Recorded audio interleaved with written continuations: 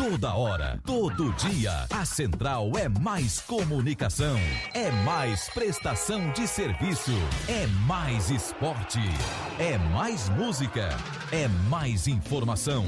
A Central é mais você. Começa agora a Palavra de Honra, Verdade em Comunicação, com os trabalhos técnicos do Edmo Aleixo, membro da equipe comandada pelo Vagnaldo Silva. Direção artística Juliano Biondi, direção Jânio Ramos, direção geral doutora Cláudia Rei. Apresentação J. Thanos. Apoio Unifage. Acesse www.fage.br. Venha para a Unifage e PHS Samaritano Saúde. Nós cuidamos de você. Você ouve agora Palavra de Honra, a crônica de J. Thanos. A liberdade é um tema cívico importantíssimo para um país que se diz democrático e cujas instituições refletem esse espírito fundamental para entendermos o Estado de Direito. Afinal, qual o conceito da liberdade? Até que ponto podemos vivenciá-la sem pensarmos na solidariedade e na fraternidade expressas como máximas da Revolução Francesa, que em 1789 depõe de maneira crudelenta a corte e a partir deste marco estabelece, por meio do iluminismo, uma nova concepção para o Estado moderno. Charles-Louis de Secondat, barão de La Brède, imortalizado como Montesquieu, célebre jurista, político, filósofo e escritor francês, conhecido pela concepção da teoria da separação dos poderes. Graças a ele, os regimes democráticos dividem a força absoluta dos reis em 3 poderes que a nossa Constituição define como independentes e harmônicos. A importância dessa divisão, por vezes, não fica clara para o povo mais humilde, mas é preciso que entendamos que, a partir desta nova maneira de ser do Estado, o poder do regente, do dito ungido por Deus para governar, segundo suas ideias próprias, boas ou ruins, insanas ou intelectuais, racionais ou não, passa a ser um ato de gestão que deve expressar a vontade da maioria. As pessoas têm que entender que antes da divisão dos poderes, ou seja, de retirarmos das mãos de um só indivíduo aquela força para decidir sobre tudo e sobre todos os aspectos da vida da sociedade, não havia democracia, havia corte, a nobreza, o estado pessoal, particular e o povo, que lhe deveria dar substância, era relegado à submissão aos interesses de uns poucos. Nessa semana, um prefeito que participou de uma convenção partidária numa cidadezinha no estado do Piauí, ao discursar, acusou o prefeito atual de ter roubado os cofres públicos, justificou aos atentos convencionais que ele, depois de ter sido eleito por 3 mandatos, havia roubado muito menos e que sempre roubou para dar aos pobres. O simplório prefeito Robin Hood do Agreste confessou um crime publicamente, desconhecendo as repercussões de sua atitude vil e, mesmo assim, foi aplaudido pelos presentes como se a revelação criminosa lhe conferisse algum status frente ao citado inimigo político. Há muitos desses indivíduos gerenciando a vida dos cidadãos. Há pessoas que não conseguem compreender que há mais de 200 anos o Estado democrático procura manter a transparência na atividade pública. Porém, nos parece que Montesquieu, para muitos deles, é só uma sombra enigmática, incompreensível e desconhecida. O orador daquela convenção se coloca como uma espécie de moralista antiético, se isso fosse possível, que demonstra como a improbidade se espalhou por todos os rincões do país. Existe uma ética da bandidagem pulverizada nas mentes de muitos desses administradores. Liberdade passa a ser encarada como libertinagem. Solidariedade é dirigida ao clã, aos amigos, aos que compõem o círculo privilegiado, construído e enraizado como árvore cujos frutos são colhidos somente por poucos. E a fraternidade é mafiosa, talvez a mais complexa de todas, que mantém aliados consanguíneos cujo DNA, espalhado pela corrupção, gera adeptos em todas as instituições de forma contagiante. A revolução tecnológica é implacável e hoje nos desafia a encarar essas realidades gravadas e viralizadas em segundos, que nos mostram o quão atrasados estamos em nossa democracia e o quanto ainda deveremos percorrer para extirpar a ignorância dos eleitores que elegeram representantes cuja vileza imperceptível os mantém, os credencia a explorar e roubar de todos, não só o dinheiro dos impostos, mas a nossa dignidade e esperança em dias melhores. E tenho dito, palavra de honra. Palavra de honra com J. Thanos. Apoio PHS Samaritano Saúde. Nós cuidamos de você. Planos de saúde individuais e empresariais. Acesse samaritanosaúde.com.br. E Unifage, cursos de graduação presenciais e à distância. Estude em um dos melhores centros universitários do país. Acesse fage.br. Aqui, seu futuro é na prática. Inverno é a central aquecendo o seu coração. PHS Saúde é o melhor plano da região.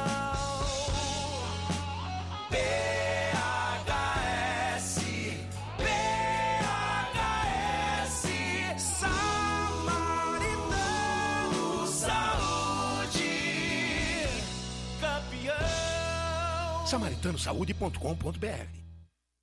Inscrições abertas para o vestibular de inverno da Unifage. Cursos de graduação presenciais e à distância, com notas máximas no MEC. Estude em um dos melhores centros universitários do país. Acesse seufuturonapratica.com.br e agende sua prova. Aqui, seu futuro é na prática. Rádio Central. Anuncie na Rádio Central 37721753, 37721753 ou radiocentralam.com.br. Anuncie. Rádio Central.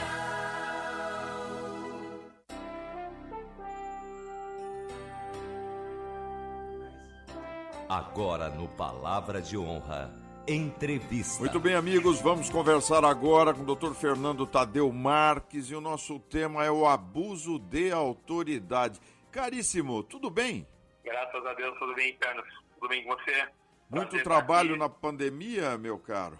Nossa senhora, olha, eu vou dizer para você, eu acho que eu nunca trabalhei tanto na minha vida quanto nesse período da pandemia, seja na docência, seja na advocacia, na militância criminal. Acho que faz tempo que eu não trabalhava tanto como eu estou trabalhando, viu? Quais foram os impactos da pandemia no direito criminal, na atividade do advogado criminalista? Muito fortes? Olha, eu posso dizer para você que em termos de trabalho não diminuiu, pelo contrário, aumentou, viu, Tanto? Aumentou. A gente teve algumas inovações, né, que obrigou muito colega a se adaptar de uma forma mais rápida, né, a questão das audiências, por exemplo, audiências e sustentações orais via, né, internet, por meio digital. Isso foi uma inovação forçada que eu acredito que não vem para ir embora. Eu acho que isso até vire uma tendência, talvez, né, pós-pandemia, mas esse impacto foi um impacto direto. Aquele início da pandemia talvez tenha atrapalhado um pouco o andamento das coisas, porque ninguém sabia como se comportar, se teríamos, né, as audiências presenciais ou não. Demorou um pouco para se adaptar, mas eu acho que agora a coisa vai fluindo, né? Vai fluindo. Acho que vai bem agora.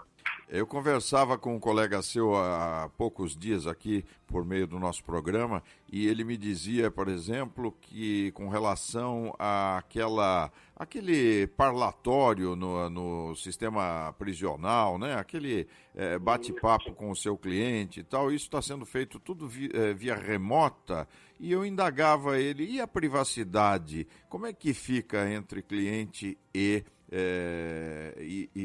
advogado? Você vê algum problema nessas audiências remotas ou mesmo nesse tipo de intervenção da advocacia onde exige o sigilo? Você acha que isso fica comprometido ou ele me disse lá, não, eu prefiro acreditar que há boa fé por parte do sistema. Você acha também, Fernando? Então, Thanos, eu creio que não, tá? Como o colega disse, eu também quero acreditar que ali só haja a comunicação sem que alguém esteja, por exemplo, gravando. O sigilo tem que ser mantido e respeitado conforme manda a lei. Né? Nosso Estatuto da Advocacia garante essa entrevista, essa entrevista privativa com o cliente. Em termos de dinâmica, para mim não altera. Tá? Eu acredito que muitos colegas, pelo menos os mais novos, não tenham problema com a questão da audiência, que é o ideal, pelo menos o advogado estar lá. Então vamos trabalhar duas questões. Uma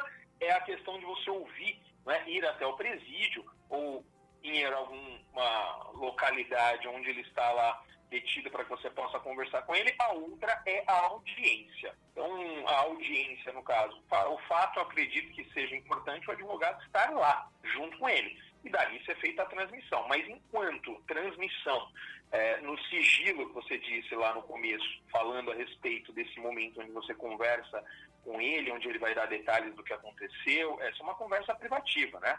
Então, eu espero e assim acredito que aquela conversa esteja entre os dois, né? Até para segurar o sigilo que a lei garante. Muito bem, vamos falar um pouquinho do abuso de autoridade, de maneira geral, evidentemente, porque eu acho que ele está enraizado de tantas formas no sistema judicial, legislativo, há abuso para todo lado, né? Fulano botou uma gravata, a gente já tem ali a figura do doutor, sabe-se lá até que ponto a carteirada pode agir. Mas eu quero que você faça uma análise sobre fatos recentes. Por exemplo, o CNJ acaba de afastar o desembargador Siqueira, que deu aquela carteirada lá em Santos, em cima do guarda municipal, por falta de uso de máscara. Ele falou, não, eu sou desembargador, tá aqui, ó, pá, e eu não vou usar máscara. E aquilo tudo repercutiu muito mal. Esse tipo de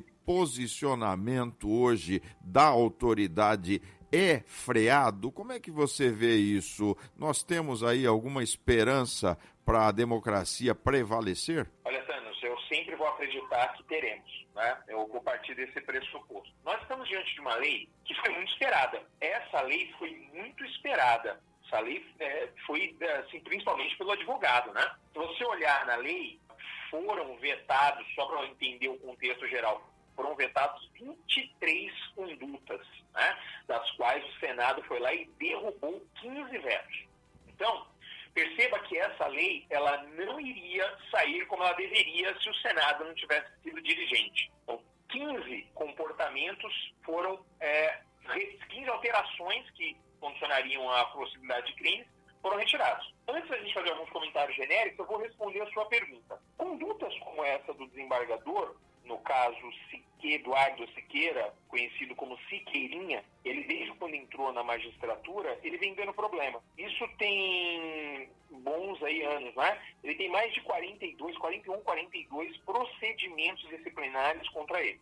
Tá? Então, assim, como diz o corregedor atual, não é normal, tá? Não é normal. Mas, infelizmente, esse não é normal se replica esse comportamento, infelizmente, entre muitos magistrados, promotores, mas sobretudo os magistrados, policiais também. Esse comportamento dele tem que ser coibido. Inclusive é crime hoje, não é? Na legislação, salvo engano, o artigo 33, parágrafo 1º, salvo engano, é comportamento que não pode ser visto, não é? em lugar nenhum, muito menos na figura de um desembargador, que, por força do seu cargo, não é, humilha a pessoa, que naquela oportunidade foi o que ele fez, né, chamando inclusive de analfabeto o agente público, salvo engano, um GCM, e esse comportamento refletiu. Qual o grande lance, na minha opinião? Que hoje, acompanhando há tanto tempo, né, esse problema, que hoje a gente tem um suporte que se chama internet, e aquilo viraliza, não é? Difícil, não é? Quantos desses 42 não teriam tido a mesma repercussão, né, se fosse a internet há tanto tempo atrás, ela já estivesse com a força que ela tem hoje com as redes sociais, por exemplo, é tudo muito rápido, tanto. Então esse comportamento dele, na minha opinião, ainda se reproduz, se replica, mas hoje, eu vou usar uma expressão do jargão popular, quem está com o poder na mão, coloca a barba de molho, pelo menos um pouco, não é? Pelo menos um pouco. Se faz, não vai fazer o arrepio de um celular ligado, não é? Não vai tomar um pouco mais de cuidado. Talvez não fosse tão ostensivo o comportamento desse como era no passado. Então, acho que isso muda um pouco, tá? Isso serve de lição também, né, Thanos? É claro, sem dúvida. Agora, me digam a sua opinião com relação a essa nova geração, que eu tenho muita esperança na magistratura. Eu tenho visto juízes com uma outra mentalidade. Por outro lado, ainda há muita gente contaminada com esta coroa, com este cetro da prepotência. Será que você também concorda comigo nesse aspecto, não? Eu concordo em gênero, número e grau, Tânia. São 14 anos de militância na advocacia, então a gente já viu muita coisa, né? Eu trabalho também em curso preparatório para a carreira pública, para o exame da OAB, para a carreira pública, além da advocacia, uma atividade que eu desenvolvo além das aulas na graduação hoje da Pontifícia Universidade Católica aqui de Campinas. Aliás, é um curso de nome, já pegou, né? Meu curso. Pegou para valer, hein? Isso, meu Deus. Que responsabilidade, hein? Muita. É um curso que, modéstia à parte, está sendo feito com muito carinho, né? Muita dedicação pelos professores, pelos gestores. E eu tenho certeza que isso vai repercutir na vida das pessoas. Eu tenho certeza disso. Certeza absoluta. Quanto a essa questão, Thanos, da nova geração, eu acredito bastante nos jovens, né? A mentalidade vem um pouco diferente. Mas, como você disse, alguns deles, mesmo dos novos, ainda entram com essa cultura arraigada do funcionalismo, né? Ser aquele, principalmente na magistratura, numa procuradoria da República, num ministério público, infelizmente. Talvez na defensoria um pouco menos pelo perfil de quem entra e a carreira. Mas na magistratura, acaba concentrando na mão de uma pessoa que tem uma idade muitas vezes não tão avançada, e isso não quer dizer muita coisa, porque a gente também tem pessoas mais, como o Siqueira, Eduardo Siqueira é um exemplo disso, né? A idade não reflete, às vezes, o bom senso, né, que a pessoa tem que ter com o trato da carreira. Nesse caso, eu acredito e vejo jovens passando pelo curso e por outros que a gente conhece, conversa, jovens juízes, eu percebo um perfil um pouco diferente. Pelo menos tendo um pouco mais de cuidado no trato com o ser humano. Lógico, nós temos exceções, né? Que jovens também fazendo aí algumas coisas que não devem. Mas eu acredito que já entra com uma mentalidade um pouco diferente, e vou dizer para você, aqui não vou deixar de prestigiar, eu acredito que os cursos, os novos cursos, né, com essa geração também, que talvez seja a nossa geração, um pouco mais nova, que já tem magistrados na escola, né, da magistratura, e eu tive a honra de trabalhar também no Poder Judiciário como assistente de 3 desembargadores diferentes, vi muita coisa que eu não concordo, vi comportamentos de magistrados na segunda instância exemplares, desses que eu trabalhei, exemplares. Então eu estive do outro lado do balcão, produzindo voto, falando com o advogado, conversando com o desembargador e olhando, né, esse período que eu passei lá e essa nova geração que eu vejo entrar, eu passo a ter um pouco de esperança, porque a escola da magistratura também está mudando. Isso é importante, né? A gente está trabalhando com o tema, Thanos, hoje, que o juiz, para você ter uma ideia, me lembro quando eu cheguei na segunda instância, que o desembargador era recebido quase que como uma entidade, né? Um Deus, eu juro, eu posso dizer que lá estive, né? O desembargador é recebido, primeira coisa que dizem para ele, todas as suas contas e afins, óbvio, é deduzido do salário dele, mas até cuidar das contas do desembargador eles cuidam. Então, é uma realidade que se você pegar países europeus, você vai verificar que o desembargador, o administrador público, o parlamentar, isso se estende para todos, porque a gente está falando de abuso de autoridade, isso se estende para todos. Muitos deles recebem, primeiro, um salário modesto, vista o recebimento, né, das pessoas, o custo de vida versus o que as pessoas ganham naquela localidade, recebe um salário que para nós seria modesto, 3 mil euros talvez, que é muito menos do que um desembargador ganha aqui, do que um juiz ganha aqui. Ele vai para o trabalho dele com transporte público, aqui a realidade, fica um carro à disposição. Até um tempo atrás, e isso é abuso de autoridade, isso é favorecimento.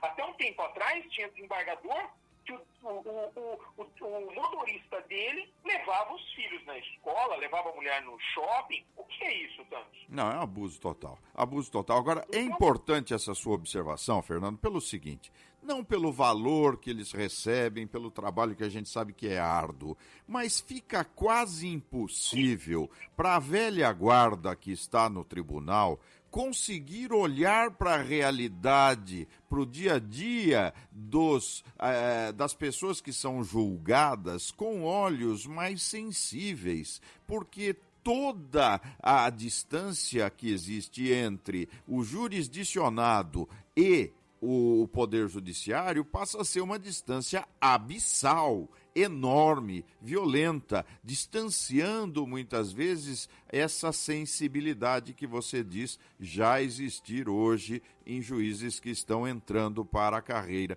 Quer dizer, eu não sei também se eu estou exagerando, mas eu vejo isso nos processos que a gente acaba por empreitar junto ao Poder Judiciário. Você acha que eu estou exagerando, Fernando? Eu acho que você não está exagerando em nada, né? Em nada. E eu diria mais, indo do chão da fábrica até o alto escalão, passando pelo juiz que acabou de entrar até o Supremo Tribunal, até o ministro do Supremo Tribunal Federal.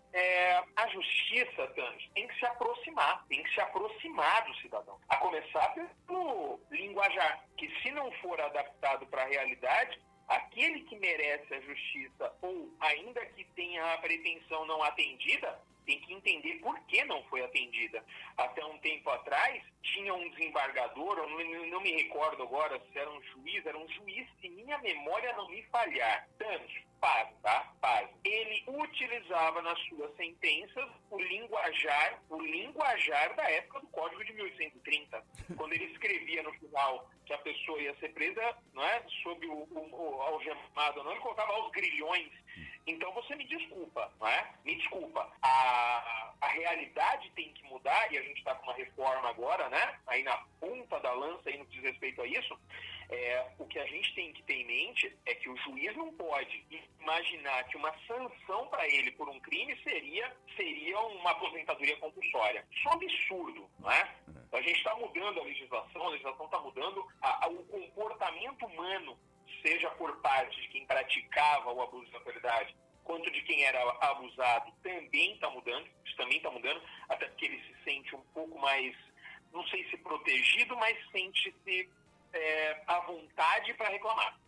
Sente-se à vontade para levar isso a um canal de mídia, para que isso seja veiculado.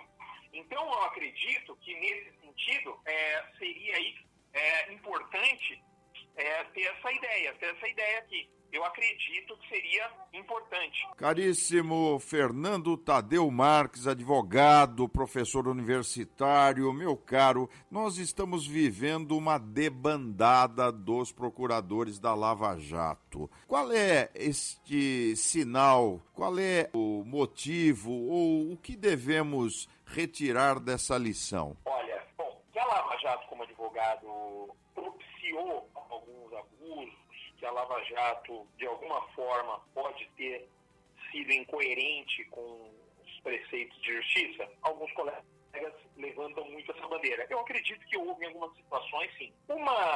Praticamente, uma instituição como o Ministério Público, e a magistratura também, ela merece todo o nosso respeito, ambas, né? Precisa de ajuste? Sim, como qualquer outra instituição. Mas a Lava Jato, ao meu ver, ela tem um caráter importante, né, para sacudir um pouco essa questão da corrupção no país. Isso é muito evidente.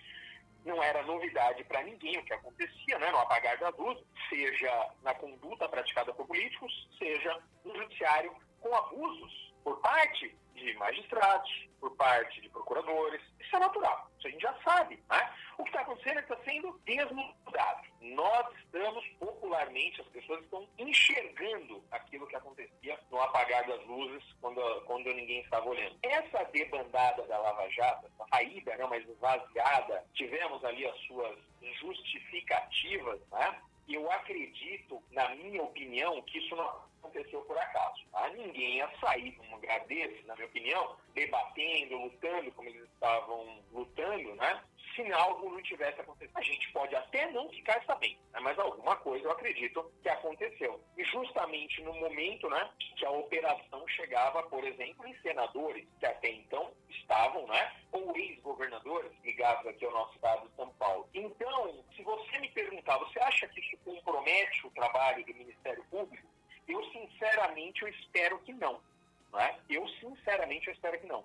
Mas, de toda a sorte, né, a gente tem que ficar um pouco com as orelhas em pé. Por que eu estou dizendo isso? Por que eu estou dizendo isso? Porque a gente teve uma troca de procurador-geral que, ao meu ver, ficou evidente o alinhamento político com determinadas forças. E isso pode comprometer um pouco o Ministério Público. O Ministério Público não está satisfeito. Eu tenho conversado com colegas, tenho muitos amigos que, inclusive, estão na Lava Jato, uns que saíram, outros que estão ainda e não estão nada satisfeitos com o que está acontecendo.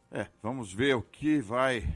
Como esse cenário vai configurar as próximas imagens contra a corrupção. Fernando Tadeu Marques, para encerrarmos, fala um pouquinho do meu curso. Você é professor lá da PUC, a sua matéria é o Direito Penal, aqui na PUC Campinas, e fala um pouquinho do meu curso para os nossos ouvintes da Central. Vamos lá. Eu hoje leciono na PUC, é um motivo de muita honra. Já lecionei em muitas instituições aí no interior, né? Eu fico em São Paulo uma parte do tempo, por conta do escritório, minha família também, uma parte do tempo em Campinas. Já há um tempo leciono na região e agora atualmente estou na PUC, muito feliz, uma instituição que dispensa comentários, como tantas outras jovens ou mais tradicionais instituições que são muito boas. O interior está repleto de grandes instituições de ensino superior e no direito estão muito bem representados. O meu curso, né, se chama Meu Curso, aqueles que querem acessar, não conhecem ainda, entra lá na internet, www.meucurso.com.br, no Instagram, Meu Curso Oficial. O Meu Curso é uma instituição que nasce, né, do movimento, na verdade. Meu curso, ele tem primordialmente hoje o trabalho com o exame de ordem e concursos públicos, mas também pós-graduação, onde coordeno, sou muito feliz também que lá, além de professor da matéria e na PUC também de penal e processo penal, primeira e segunda fase do exame de ordem, colaboro também em concursos públicos com outros colegas, inclusive agentes públicos também de carreira. O curso nasce da ideia do professor Darlan Barroso, Marco Antônio Araújo Júnior, dois grandes gestores e professores que também lecionam lá, junto com a Malu, que cuida da parte de administração, a parte de marketing do curso. Um curso muito bom, usando de uma tecnologia de última geração, inclusive com a inteligência artificial para poder ajudar o aluno nesse momento tão importante da vida dele. Eu sou até suspeito de falar, lecionei em outros grandes cursos e acabei concentrando em preparatório lá, por conta da proposta da tecnologia, do atendimento humano, muito embora seja utilizada apenas uma tecnologia de última geração, o atendimento humano, ele prevalece. Que bom, que bom. Nós tivemos o privilégio de conversar com o Dr. Fernando Tadeu Marques, que nos deu corajosamente sua visão sobre o abuso de poder. Caríssimo, grande abraço, hein? Um abraço grande, sempre que precisar de mim, estou aqui à sua inteira posição, Thanos. Obrigado e forte abraço a todos os ouvintes também. Muito bem, amigos. Palavra de honra, verdade em comunicação, fica por aqui. Até lá. Você ouviu na Rádio Central Palavra de Honra, com J. Thanos. Apoio PHS Samaritano Saúde. Nós cuidamos de você. Planos de saúde individuais e empresariais. Acesse samaritanosaúde.com.br. E Unifage, cursos de graduação presenciais e à distância. Estude em um dos melhores centros universitários do país. Acesse fage.br. Aqui, seu futuro é na prática.